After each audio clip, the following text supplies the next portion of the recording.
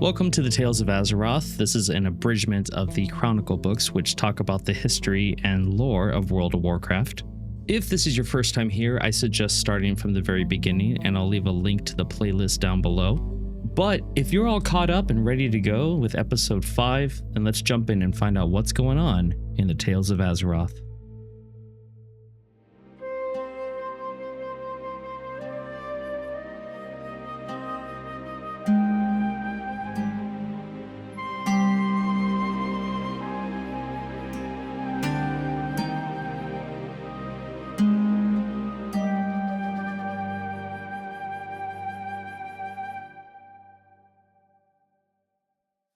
Last time we ended by talking about the Thunder King, and as I began writing this next episode, it finally dawned on me. Li Shen, or rather the Thunder King, is a lot more powerful than people think. Almost, if not scary. I've never given much credit to his influence or power, and if you're like me, you may see him in a different light after we talk about him some more. So, let's continue. As Li Shen expanded his power across the land, he would soon regard all living creatures within his domain as servants. He saw the curse of flesh as a weakness, and knowing that not all of the Mogu would be fully cleansed, those beings made of flesh would always be beneath him. This is when the Thunder King began his campaign for enslavement in the Vale. The Jinyu, mentioned in the last episode, had created a small empire of their own. They had also allied with the Hosen, agreeing to help each other withstand the might of the Mogu. On the eve of the Jinyu's downfall, the Hosen would betray them. They had secretly pledged loyalty to the Thunder King in exchange for special treatment, which was a promise that was never kept. This act of treachery made it easy for the Jinyu to fall and would spark a bitter racial feud between the two races for generations. But even though the Jinyu fought valiantly against the Mogu, they would ultimately fall to the powers of Li Shen, leaving their towns sacked and entire civilization in ruins. Upon learning of the Jinyu's fate, this sparked the Pandaren to flee, and they would make their way to the mountains of the Kunlai summit, north of the Vale. It's here that they would seek the protection of Zwen, the White Tiger, but it wouldn't be long before Li Shen would follow. Arriving at the foothills with his armies, Li Shen challenged Zwen to a duel, and this wasn't just a simple fight for dominance. This was a battle that would determine the fate of the Pandaren. Zwen accepted. And for many days, the battle between the White Tiger and the Thunder King shook the skies over Kunlai. In the end, Zwen was no match for the Titan power that Li Shen harnessed. Having been defeated, the White Tiger was chained near the peak of the mountain and forced to watch as the Mogu bound the Pandaren to slavery. Many of the other August Celestials would come to the Pandaren's aid, but like Zwen, they would fall victim to the Thunder King. Thereafter, Li Shen prohibited the worship of the Celestials on pain of death, and because of this, the Pandaren lost their ties with the wild gods, leaving only a few fearless slaves to carry on their teachings in secret. Worried that their philosophy of peace would undermine his rule, Li Shen forbade the Pandaren to learn how to read and write, or even speak any language other than the Mogu tongue. The great palaces and monuments of the Mogu would be forged from the now enslaved races. Later, a unified language, system of weights and measurements, and even the first set of written laws in Azeroth would be established in the Empire. The Thunder King also forced his slaves to act as soldiers, or to expand the fortifications once used to defend the Vale from the Mantid. Thus was born the Serpent's Spine, a massive stone wall that separated the Mogu from the Insectoid's land. When any slave perished or reached a state of being inefficient, Li Shen would shape new ones using the engine of Nalik Shah. Because of this, new beings such as the Grummels and the reptilian Saurochs were created. The Mogu Empire's actions were loud, and it didn't take long for the other civilizations to notice their presence. The Zandalari were amazed at the power wielded by the Thunder King. One of the troll priests named Zulathra saw a golden opportunity in the Mogu. He and his company of trolls traveled to the Thunder King's region with a simple proposition. The Mogu might hold the power of this world, but the trolls held the knowledge of the land. The two empires would build each other to greatness and teach each other their secrets. Once the alliance was set, nothing on Azeroth would dare oppose them. This offer intrigued Li Shen. For the very first time, he had encountered a race that sought to master their environment rather than live in peace with it. And since the Mogu rarely left their lands, mainly due to superstitions and their duty to protect the Veil, they would remain in a state of ignorance pertaining to the world. More so, explore from a position of ignorance, or they could learn its mysteries from the trolls. This all sounded good and beneficial to each race, but secretly, both leaders plotted betrayal. Zulathra believed that the Zandalari could steal Li Shen's godlike powers once they learned all that they needed to know about the Mogu's secrets. The Thunder King looked to enslave the trolls the moment that they had stopped being useful. Even though they kept their plans concealed, even from their own people, the agreement was made. In exchange for the Zandalari's knowledge, the Mogu would train them in the ways of arcane magic and promise them land near the Veil. But there was another agreement made, a secret one that Li Shen had made with Zulathra. The Thunder King had devised a method to fully revive his spirit if he was ever killed, but he didn't trust his own servants with this bit of knowledge. Because the Mogu, being power hungry, would most likely try to claim the Empire for themselves if he were to fall, only the Zandalari would hold the key to resurrecting Li Shen. Without him, the trolls knew that they would never fully learn the secrets of the arcane, or even have a chance at claiming his titan power. Even though both leaders would continue to scheme throughout this treaty, their betrayals would never come to completion. They found each other to be invaluable allies, and their pact would endure for many years. While Li Shen worked on his empire, the Tol'vir that were guarding Uldum were having a hard time with the Curse of Flesh. It had spread throughout their ranks and was slowly weakening them. All the while, they waited patiently for word from Highkeeper Ra or his Mogu servants in the east. Eventually, they would receive a summons from some leader calling himself the Thunder King. Their knowledge of the Mogu Empire was not even less than limited. They knew nothing about it. Out of curiosity, the Tol'vir dispatched ambassadors to the east. Upon arriving at the edge of the Thunder King's domain, they were shocked to see how advanced their Titan-forged cousins had become. More so, they were stunned to see that some of the Mogu had even managed to reverse the Curse of Flesh. Li Shen warmly greeted the Tol'vir and showed them his vast empire. Everything from the Serpent's Spine Wall to the gilded imperial palaces of the Veil. But what caught the eyes of the Tol'vir was the horrible treatment of the mortal races that were enslaved by the Mogu.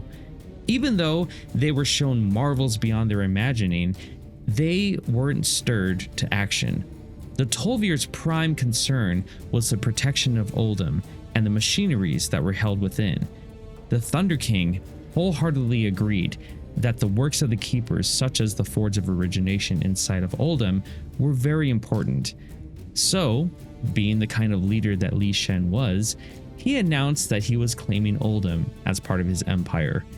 This is when he revealed that he had defeated Ra and taken his power, and because of that, he claimed dominion over the Keeper's instruments. Now, with the engine of Nalik Shah and the Forge of Origination, he could remake Azeroth as he saw fit. He also told the Tol'vir that they would be ascended to a place of honor within the Mogu Empire, but that he himself would be at the head, now and forever. When the Tol'vir learned of Li Shen's betrayal to Ra, they became very upset and refused the Thunder King's offer, or at least what they thought was an offer but was more like a command. The Tol'vir vowed to never serve a traitor and stormed out of the Vale. Li Shen allowed the ambassadors to leave, but warned them that he would take what he wanted by force, and that their armies were no match for his empire. He felt very confident about this. So confident that he invited Zulathra to witness what he thought would be the Mogu Empire's greatest victory yet. The elderly troll leader agreed, but why is it important to use the word elderly? Well, Li Shen had artificially extended Zulathra's life, but once all of the Keeper's works were under the Thunder King's control, the secrets of immortality would be unlocked. And this is what the Zandalari were hoping for. The highest ranking trolls accompanied Zulathra as an honor guard to the battle site, and they hoped to return to their capital of Zuldazar with the gift of eternal life. Li Shen led his Mogu and the trolls to the west. The Zandalari had heard tales of the lands near Oldham, but had never seen them with their own eyes. Pristine lakes and waterfalls dotted the region's lush jungles. It was a paradise, teeming with undiscovered life and wonders. Li Shen's empire trampled over that so-called paradise and stopped just short of the pyramids that created the fortress of Oldham. Now, the ingredients for battle were in place. A small group of Tol'vir emerged from the fortress to resist the Mogu. This amused Li Shen. He mocked their lack of numbers, knowing that they would be crushed quickly, and the Tol'vir knew this. They knew that defeating the Thunder King was impossible. As Li Shen marched towards Oldham, the Tol'vir had prepared a defense strategy, the Forge of Origination. If used to its full potential, it would wipe out all life on Azeroth. So, the Tol'vir configured it to scour only the nearby land. As Li Shen led the charge, the Tol'vir activated their weapon. Deep within the earth, the device rumbled to life. Waves of force erupted from Oldham as the earth heaved and buckled, covering the surrounding land in energies of uncreation. The Tol'vir defenders and nearly every other creature on the surface of Oldham instantly died that day. Creatures all across Kalimdor witnessed the flash on the southern horizon. When it had calmed, Li Shen and his allies were no more. Not only that, but almost all of the life around Oldham was completely purged, which left the land as a cracked and barren desert. Small amounts of plant life would slowly return over the millennia, but as for the rich jungles, they would never regain their vibrancy. The surviving Tol'vir within Oldham worked to make sure that an attempt to harness this power would never happen again. So, they shrouded the few mountain passes that led into the region with magic.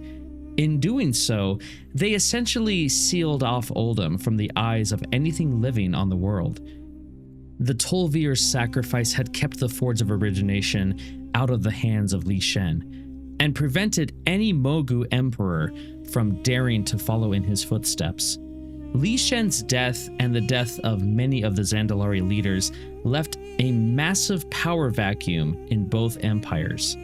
But before the Tol'vir were able to shroud Oldham with their illusion, some of the Thunder King loyalists recovered Li Shen's body from the region and brought it back to the Empire, enshrining it within the Tomb of Conquerors. But with most of the Zandalari leaders dead, and knowing that they alone had the secret to bring him back, the Thunder King would not be revived. A succession of emperors followed Li Shen, but none would ever wield as much power as he did. The Zandalari spent generations trying to recover from the losses at Oldham. Neither empire would regain its former glory. In time, both would crumble and fall.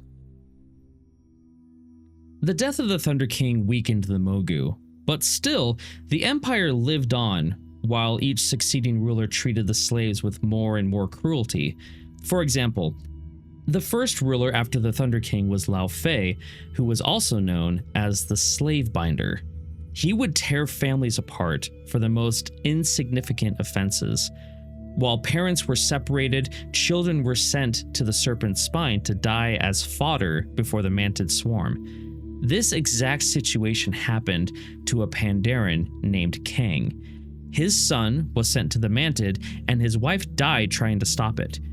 After all was said and done, Kang was left in a deep depression, questioning, why did the Mogu inflict such pain? After meditating on the situation, he realized that the extreme cruelty of the Mogu wasn't a sign of their strength, but rather their weakness. They had grown to depend on the slaves. Without them, they were nothing. Kang would later devote his life to exposing the Mogu's vulnerability. Apart from defending the serpent's spine, the Pandaren were not allowed to wield weapons.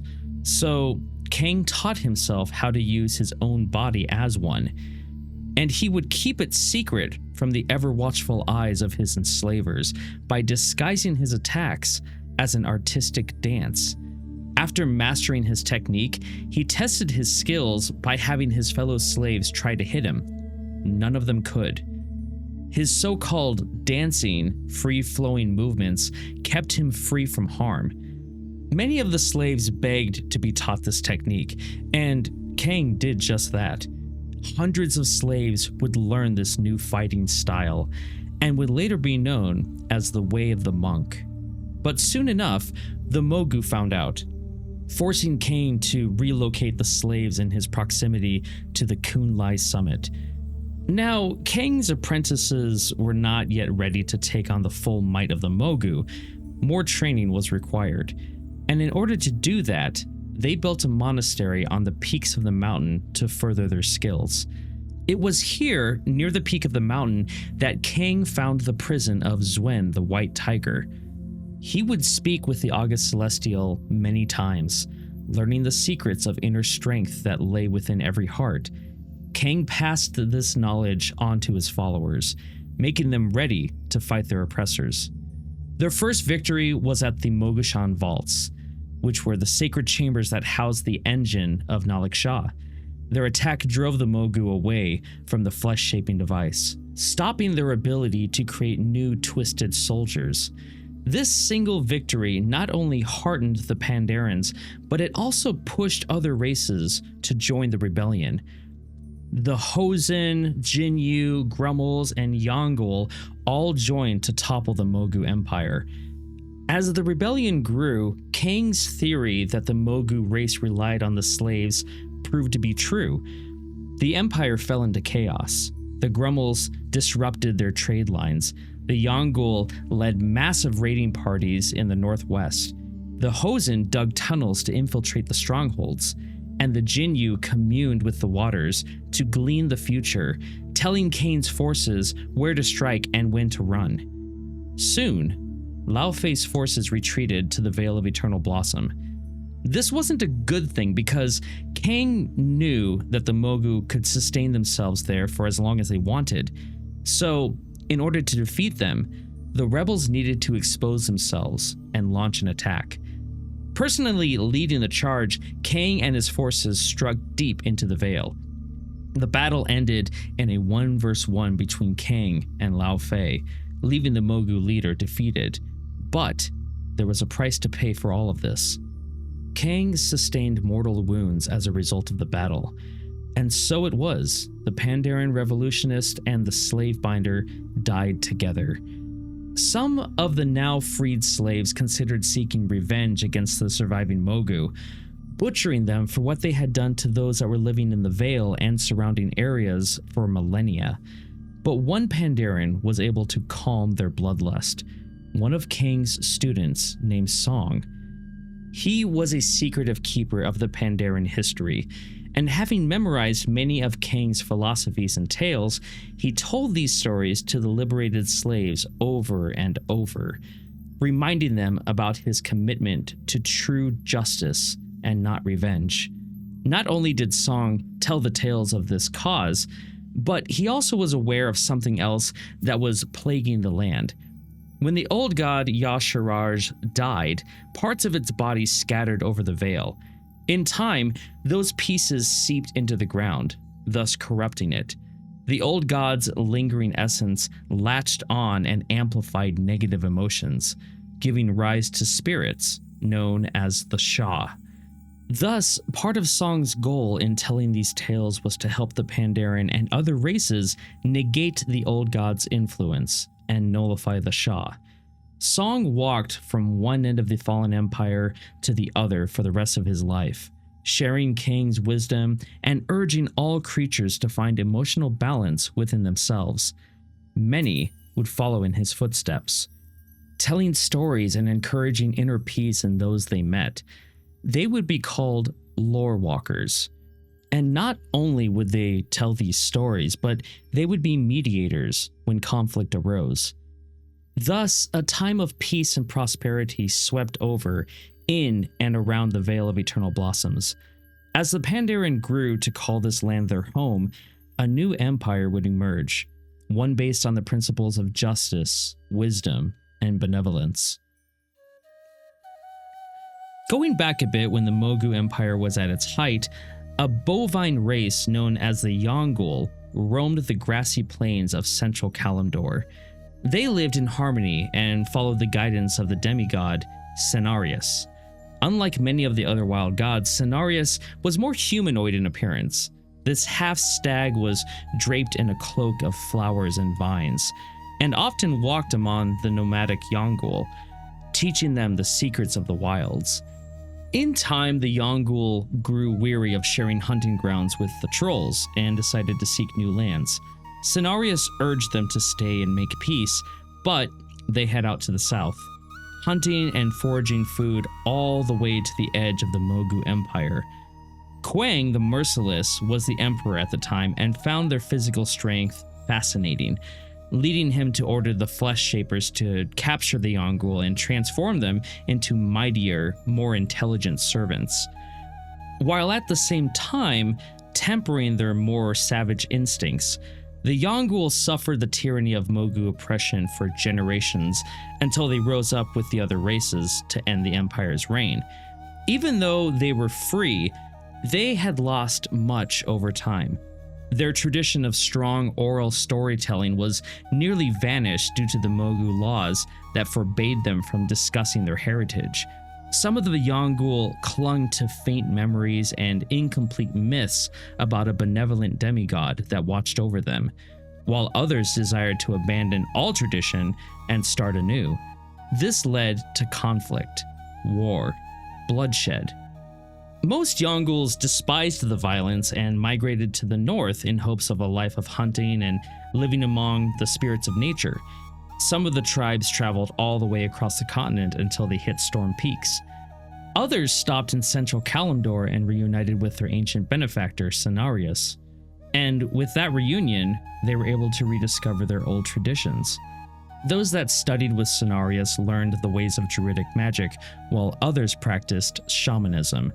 But not all of the Yaungol left the Vale, and those that didn't would spark conflict with the other races that inhabited the land. And fearing war with their former allies, they moved west, only to be exposed to the Mantid. The Mantid cycle was still in effect, so every 100 years the insectoids would threaten the Yaungol's race with extinction, and because of this, they would create a strong warrior tradition, one that would make them much more savage than the other Yaungol that traveled to the north. Over the passing generations, many factors would change the Yaungol race.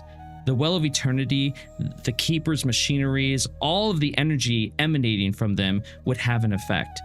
The ones that remained in the Vale would retain the name of Yaungol and grow more warlike than the others.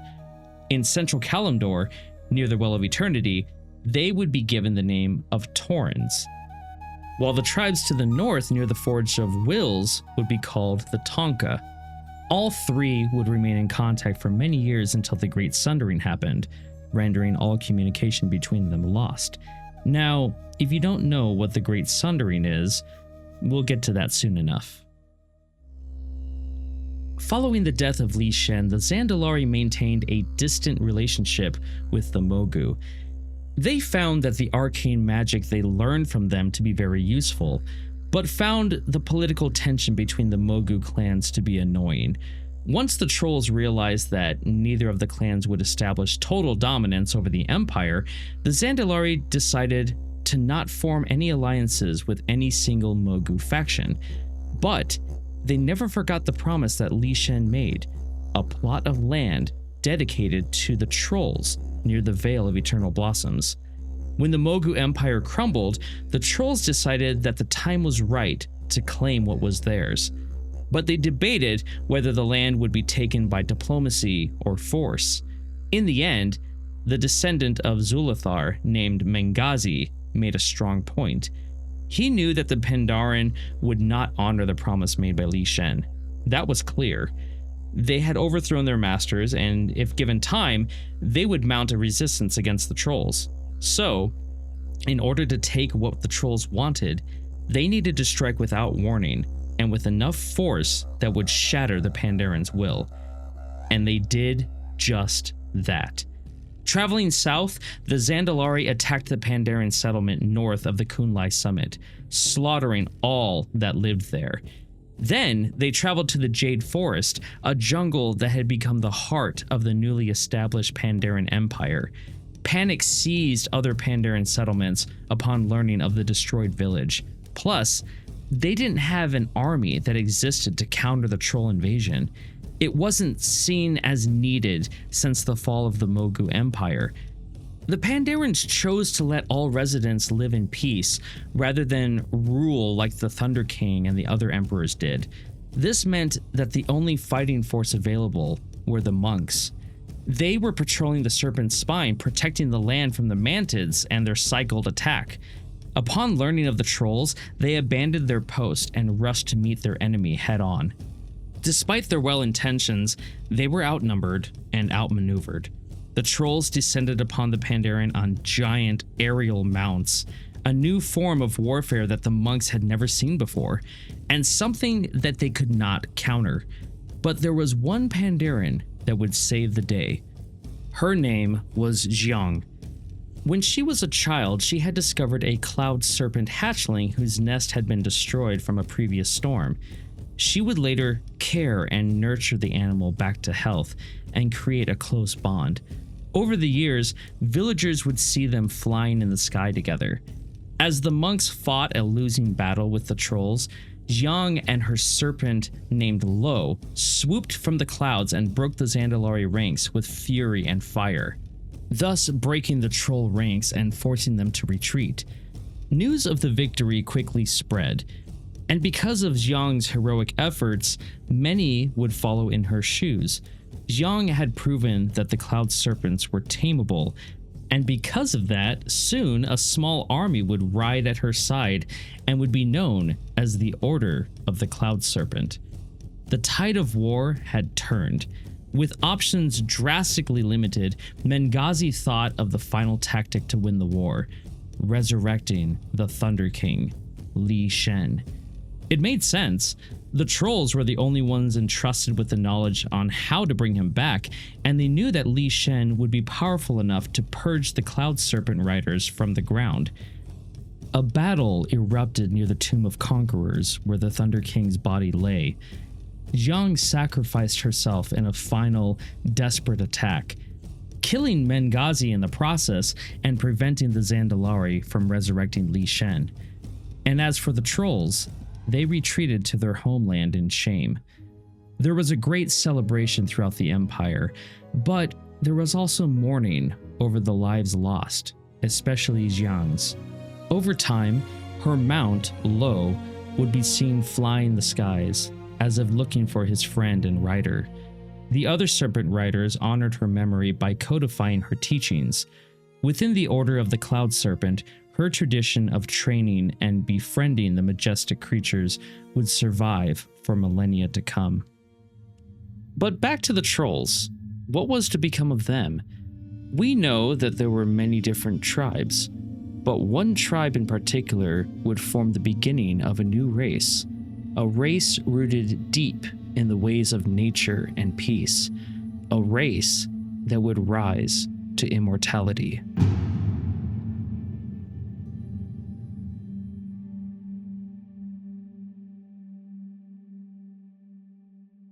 Thank you so much for watching. I'm really excited to continue this journey through the Chronicle books with you. Make sure to like this video and subscribe to the channel. And if you want to support the work that I'm doing, you can check out the membership options here on YouTube or over on Patreon. Thank you so much again, and I'll see you guys next time in the Tales of Azeroth.